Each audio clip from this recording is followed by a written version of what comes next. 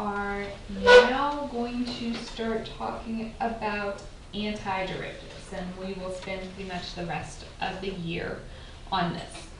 So if you can't guess, an antiderivative is really just the opposite of a derivative. So we worked on doing the derivatives of all these different functions, but sometimes I may be looking at the derivative and I need to work backwards. I need to know what the original function was. So that is called an antiderivative. Some situations where this arises. You know, if you have a physicist who knows the velocity, you know how fast something is traveling, you might need to know where it's going to be at a given point in time. Okay, we know that if we have the position function, we can get velocity by doing the derivative, but if I have the velocity and I want to know where it's going to be, I have to work backwards and do the antiderivative. Or an engineer, you can measure the rate that water is coming out of a tank. We might need to know how much is leaked out. Or if you think about, you know, if there's an oil tanker crashes in the ocean and is leaking oil. Okay, they can measure how fast the oil is coming out, but they need to know how much oil has been released into the ocean at a given point in time. So they have the rate, they have to go backwards and get the actual position function. Or a biologist knows the rate that a bacteria is increasing and needs to know what the population is going to be. So there's lots of situations where we need to work backwards. It might be easy to figure out the rate, but not so much the original function. So we have to be able to go both ways there. So that is the antiderivative.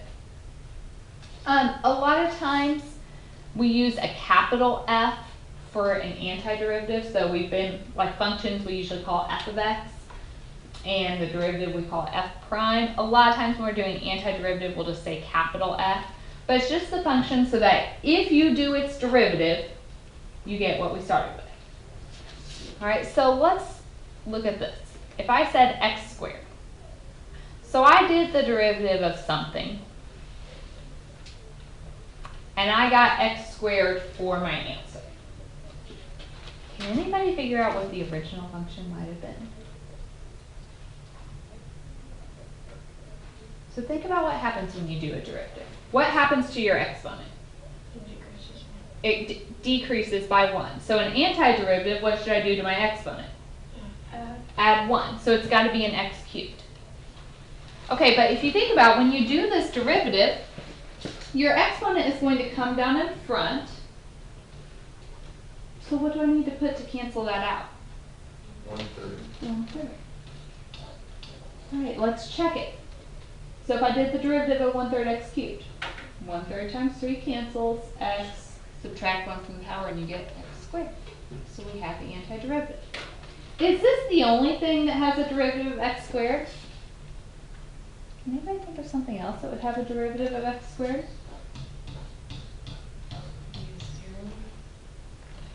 No. Okay, but something that, so we know we need this. Could I have something else added onto here? Like a number of x on it. Yeah. If I said 7, what's the derivative of 7? 0. So isn't this derivative still x squared? And I could put any constant I want here. I could say -12. The derivative is still x squared. So is there just one unique antiderivative? No, but the only difference could be that constant value, because the derivative of every constant is 0. So when we do antiderivatives, we put a plus c on the end to represent that there is a constant there. And we don't know what that constant could be. It could be many, many different things. So we just put a plus c at the end. In terms of the graph, that 1/3 x cubed, all a constant would do is shift it up or down. But we know derivative is the slope of the tangent line, so the slope of the line doesn't change. It's just a matter of the placement of the original function. So that's all the constant does. All right, so let's do some antiderivatives. What would be the antiderivative of sine? So we use capital F for the antiderivative. So what has a derivative of sine x? Negative cosine. If you think about it, the derivative of cosine is negative sine. So since I want a positive sign, I'd have to put a negative here. And then what else do we put on the end? Plus c.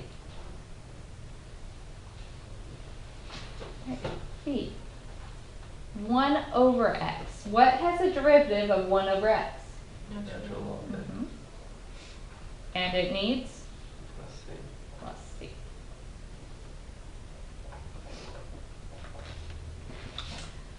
All right. X to the n. N is just representing the number here. So when you do the derivative, or the antiderivative, what do you need to do to your exponent? Derivative subtracts 1, so antiderivative adds 1. So it would have to be x to the n plus 1 power. But we have to put something out in front to cancel that. So that would be 1 over the n plus 1. And you have to have a plus c. So that's really just a formula for finding the antiderivative of x to a power. You would add 1 to your power and put the reciprocal in front.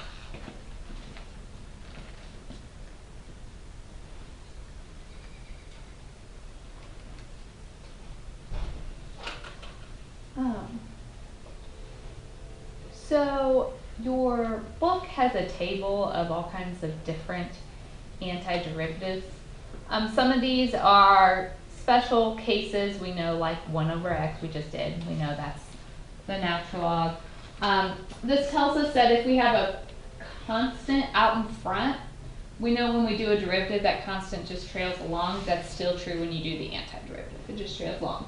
If you have things added together, you can do each of their antiderivatives added together. So this is just kind of summarizing the reverse of all those derivatives that we've done so far. So we're just going to practice antiderivatives.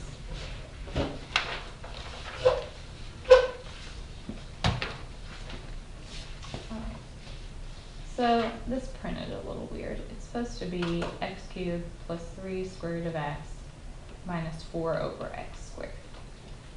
Just like when we do a derivative, sometimes it's helpful to rewrite the original problem. Same thing for antiderivatives. So how might I want to rewrite this? Instead of a square root, what would I want? So this is x cubed plus 3x to the 1/2 minus, what would I write this as? 4x negative. So my antiderivative, we can do each term separately. So what's the antiderivative of x cubed?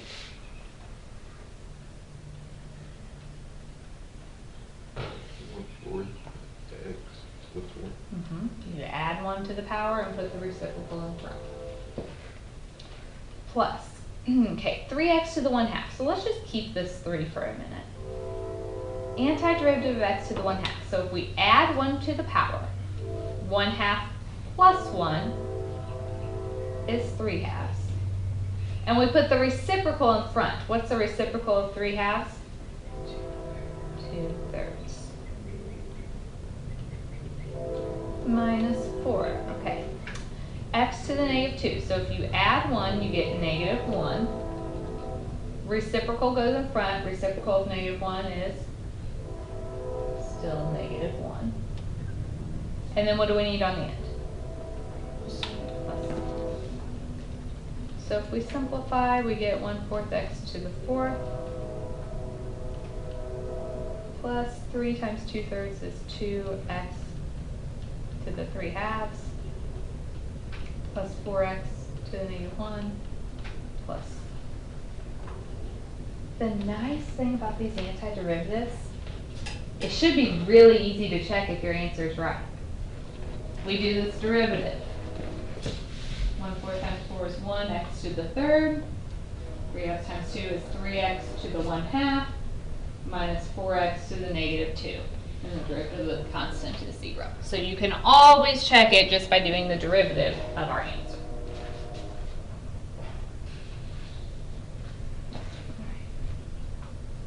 Why don't you guys try the next one? So you might need to rewrite it first, just like we did. See if you can figure that out.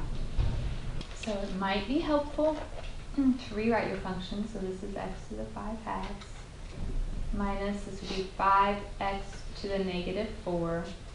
Square root of x is x to the 1/2. So when you do the antiderivative, we put capital F for the antiderivative. It's working backwards. We're finding the function that has a derivative equal to this. So when we do a derivative, we subtract 1 from the power. So the antiderivative, you add 1. So 2/5 plus 1, or sorry, 5 halves plus 1 would be 7 halves. And then we put the reciprocal in front, 2/7. Okay, minus, let's just keep this 5 for a second. X to the negative 4. So if you add 1, that's negative 3. So the reciprocal goes in front. So that's negative 1/3.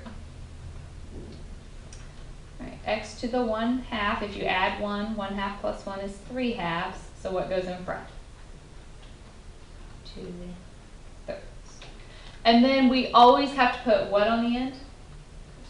Plus c, because the derivative of any constant is 0.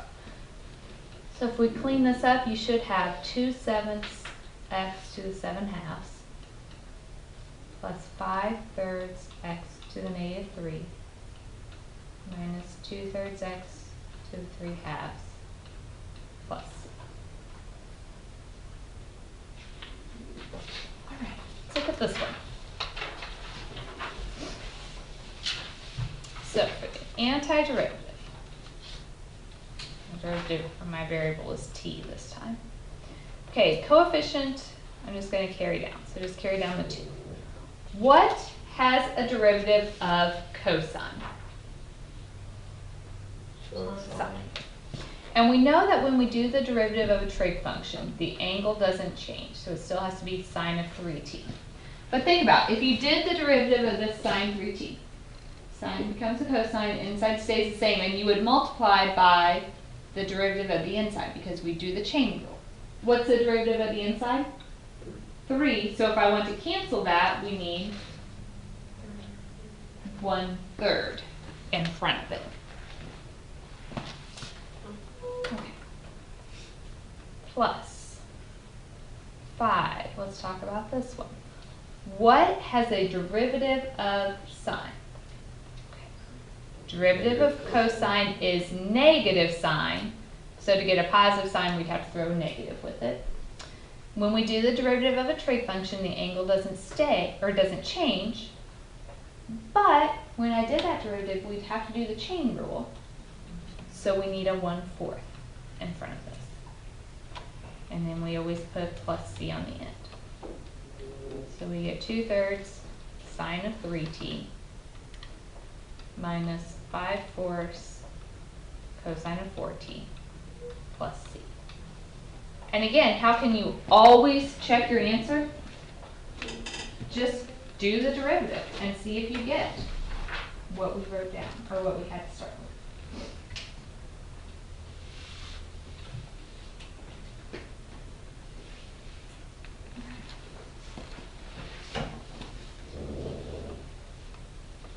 Why don't you guys try this one? So coefficients stay. What has a derivative of cosine? Sine. And the angle wouldn't change. But when you do this derivative, you'd have to do times the derivative of the inside. What's the derivative of pi x? Pi. So we put 1/pi in front. Okay. Antiderivative of sine is negative cosine. The angle wouldn't change. But the derivative of pi x is pi, so we need a 1/pi in front, plus c. So we get 2/pi sine of pi x minus 3/pi cosine of pi x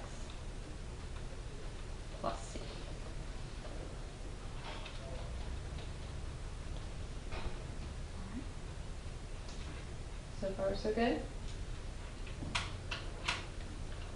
Well, let's do a couple more.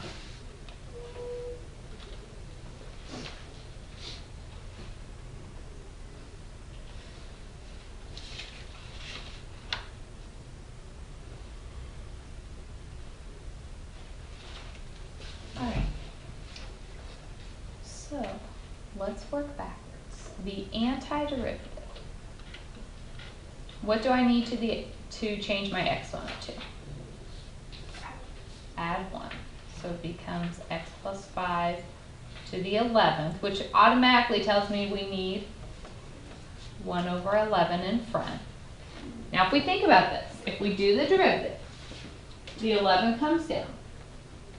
That will cancel my 111. Inside stays the same, subtract 1 from the power, times the derivative of the inside. But what's the derivative of x plus 5?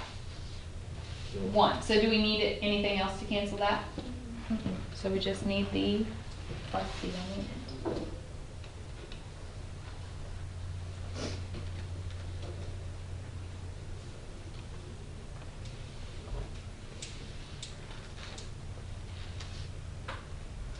One over 3z plus 10 to the 7th. How might we rewrite that?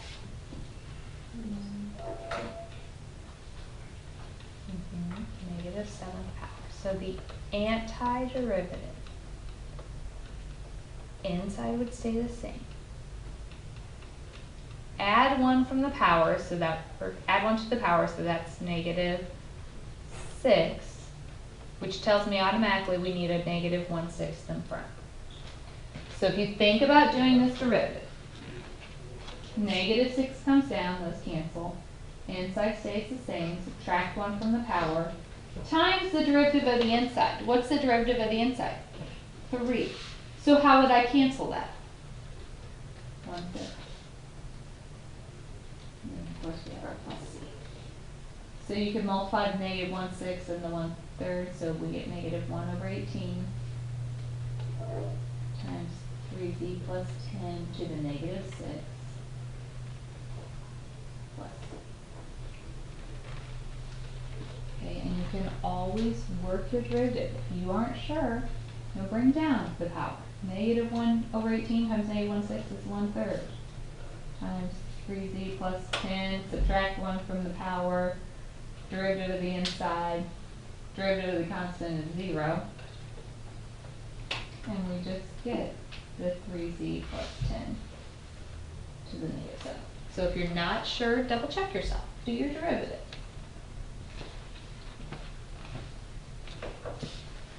Okay. Let's do this one.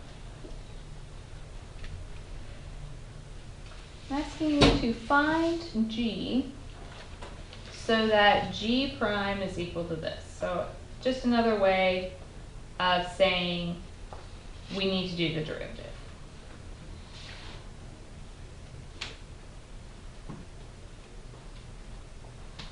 All right, let's rewrite this. So g prime is 4 sine of x.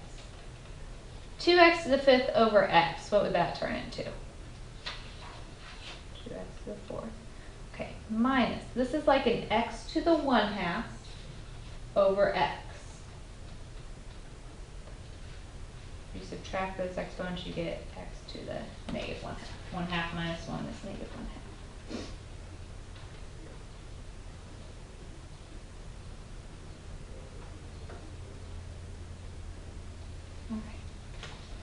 So the antiderivative, if this function is g prime, the antiderivative is just g.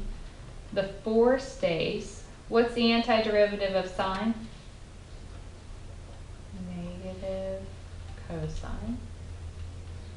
Plus the 2 stays. Antiderivative of x to the 4th?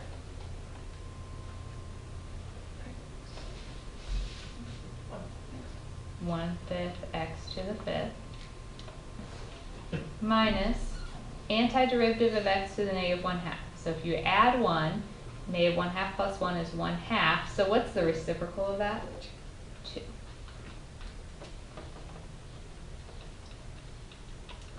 So we get -4 cosine of x plus 2/5 x to the 5th minus 2x to the 1/2 plus c.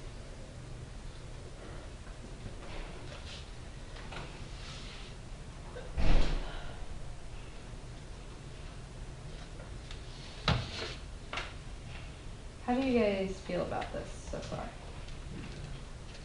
Better than what we have been doing, hopefully. Let's do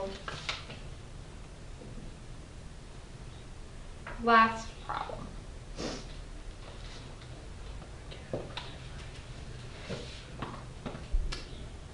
So I want the antiderivative here.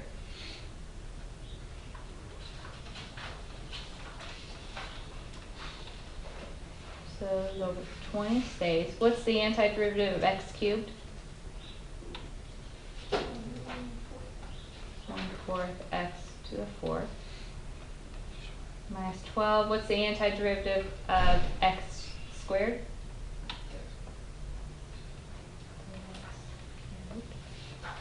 Plus 6. What's the antiderivative of x?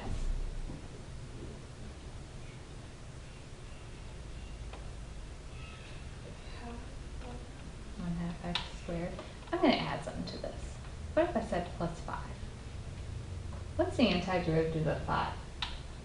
5x. If it's just a constant, you would add your x back to it. And then we have to have plus c on the end. So 20 times 1/4 is 5. 12 times 1/3 is 4. 6 times 1/2 is 3. It's 5x plus.